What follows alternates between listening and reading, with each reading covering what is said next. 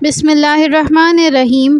حضور اقدس صلی اللہ علیہ وآلہ وسلم ایک مرتبہ صحابہ رضی اللہ عنہ کی ایک جماعت کے پاس تشریف لے گئے اور دریافت فرمایا کہ کس بات نے تم لوگوں کو یہاں بٹھایا ہے۔ عرض کیا کہ اللہ جل شانہ کا ذکر کر رہے ہیں اور اس بات پر اس کی حمد و ثنا کر رہے ہیں کہ اس نے ہم لوگوں کو اسلام کی دولت سے نوازا۔ یہ اللہ کا بڑا ہی احسان ہم پر ہے۔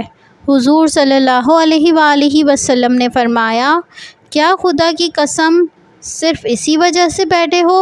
صحابہ رضی اللہ عنہ نے عرض کیا، خدا کی قسم صرف اسی وجہ سے بیٹھے ہیں۔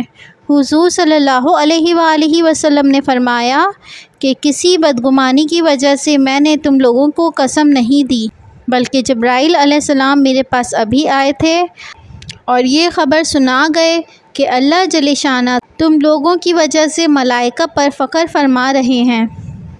حضور صلی اللہ علیہ وآلہ وسلم کا ارشاد ہے کہ جو بھی لوگ اللہ کے ذکر کے لیے مجتمع ہوں اور ان کا مقصود صرف اللہ کی رضا ہو تو آسمان سے ایک فرشتہ ندا کرتا ہے کہ تم لوگ بخش دیے گئے اور تمہاری برائیاں نیکیوں سے بدل دی گئیں۔